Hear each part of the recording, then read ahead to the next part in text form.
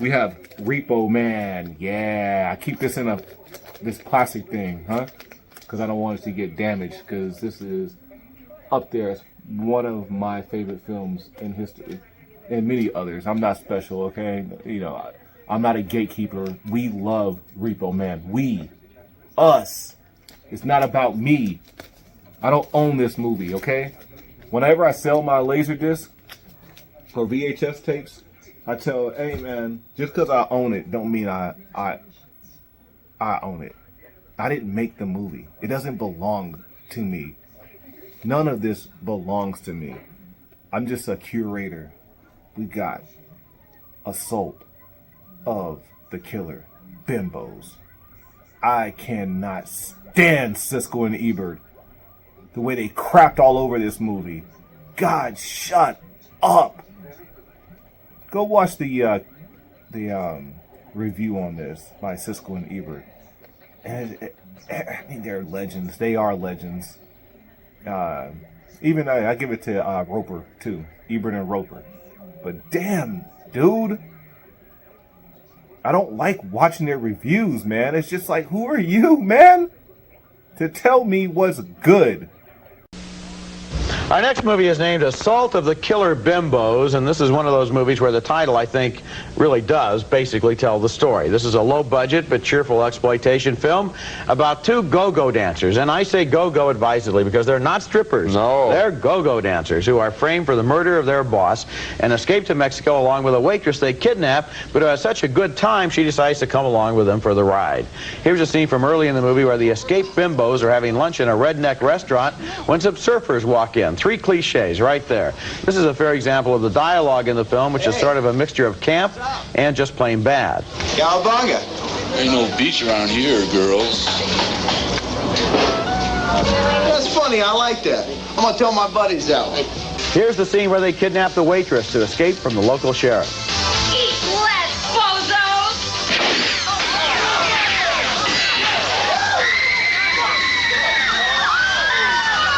And here is the most philosophical scene in the movie, a discussion of the theory and practice of go-go dancing. What kind of dancers y'all say you were again? Go-go dancers out of LA. Go-go dancers? Ain't that just a wee bit passe? Darlene, the go-go happens to be a highly respected classical art form. It is interpretive dance in a rock and roll format. In bikinis. Assault of the Killer Bimbos isn't a bad movie so much as a totally unnecessary movie.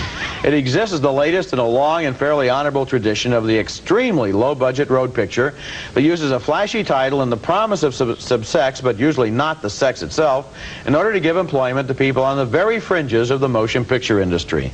The very fringes. Outer fringes. Outer fringes. The thing you have to remember is that it's possible to make good movies, though, as well as bad ones for very little money. And that is something that at least one of these actors should have known, because one of the surfers is played by Nick Cassavetes, son of John Cassavetes and Jenna Rollins, who have spent their careers making movies that cost about as much as this one did, but are very original and very good.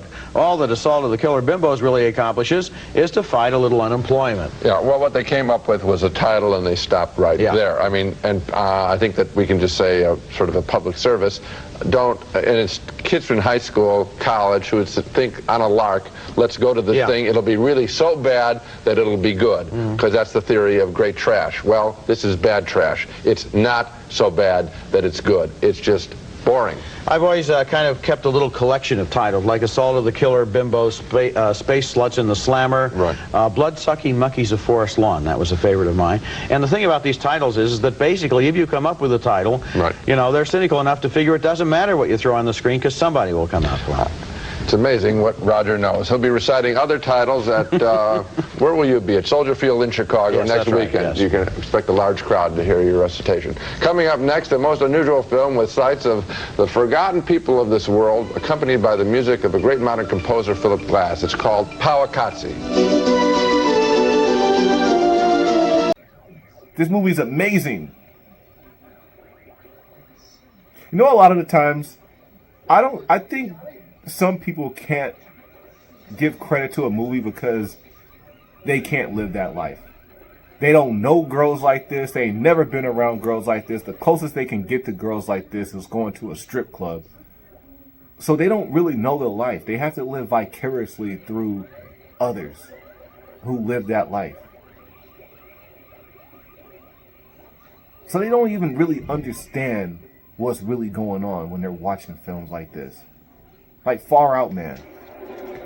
Far Out Man is right up my alley. Look at the back of this damn thing, man. Boom. Just gorgeous, man. Absolutely gorgeous.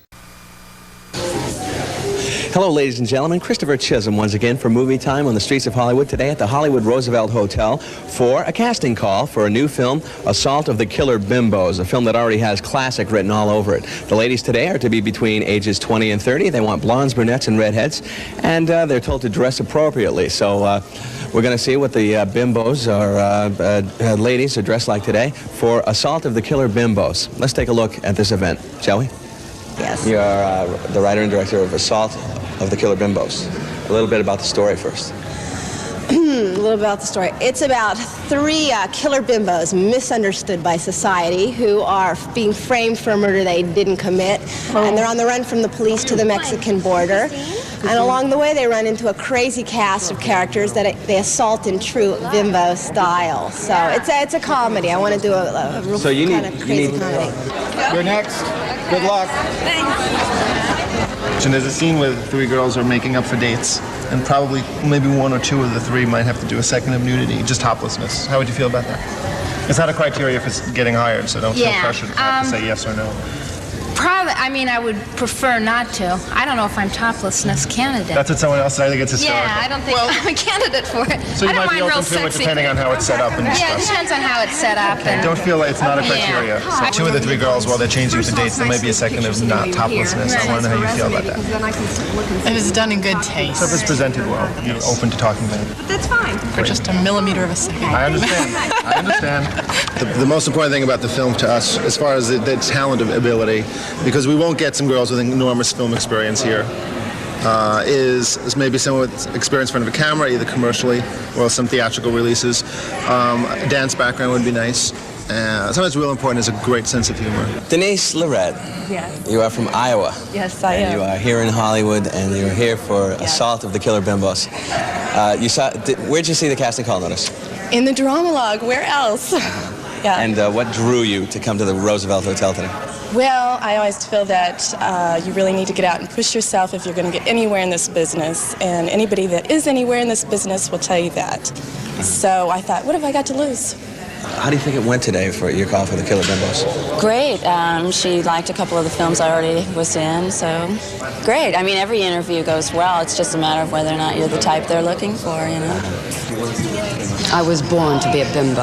And you've been preparing all your life for this role, then? You don't prepare to be a bimbo. Great bimbos are born. If you're looking for the perfect bimbo, they might have found the perfect bimbo in you, don't you think? They don't need to look anymore. Uh-huh. Tell me, what's your diet consist of? What do bimbos like to eat? I love to eat junk food, but as you can see, you can't really eat that much, so. Pizza's my favorite. You were in Who's That Girl? In the prison? Yeah, I was one of the prison guards. And I got to, when Madonna punched out the lead guard, and I got to catch her. So it was fun. Okay. Well, good luck. I think this might be the perfect role for you. They might just find the perfect bimbo. Oh, well, thank you. I hope so. Could we see Becky LeBeau, please? Oh, I gotta go. All right, good luck. Let me ask you a question. Yeah. There's a scene, I'm sure you get asked sometimes, which you probably hate. Well, I take my clothes off. Well, there's a scene where the three girls are getting ready for dates. The three bimbos are in a motel together, and there's some topless, not heavy duty. You know, I do topless when it's for a part that's a substantial part. I don't just like, if somebody calls me and goes, we do the shower scene and that's it. No, you know, all the girls who have the nudity, it's one scene, it's the three leads in the movie, and they're all together, so it's not like you would be the only one if it was. No, that's okay. I don't care. It's fine. I like my body, so exactly. I like to take my clothes off. I like to have my clothes off better than I like to have them on. I'm looking for someone that's got a good sense of comedy and can act, because they've got to make me look good as a director. So I want good actresses. So what are the criteria for the bimbos, though? I mean... great bods, very good looking, and a good sense of comedy, and can act. You know, no superstars, but it'd be nice to discover somebody. I hope you find your bimbos. Thank you, I did too. Hunt for the perfect bimbos. Thank you very much. Thanks a lot. All right, bye-bye. 30 years old.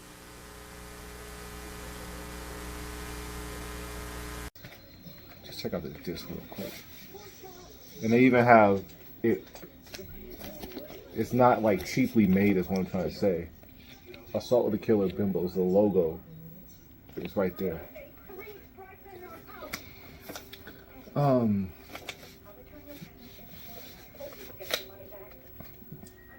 This is an excellent film. And I swear, every time I find one of these, like, oh, I'm really looking for that hitter, and I was about to say jazzed. Yeah, I'd be so jazzed, man, that then I look down and that damn display hole punch is there. I was like, it was almost perfect. But that's good. That's okay.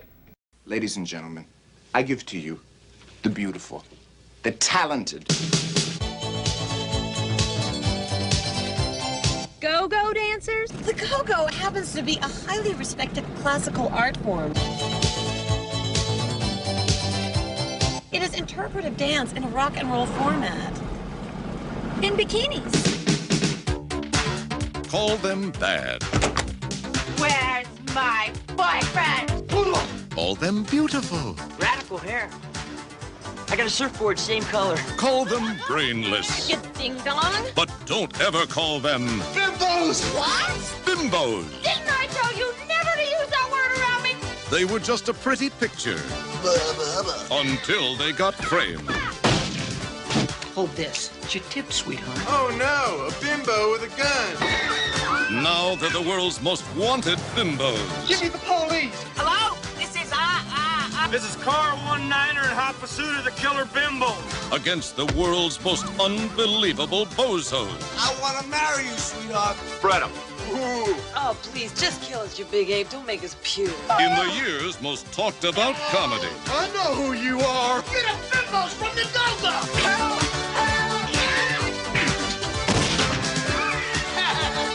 Party time.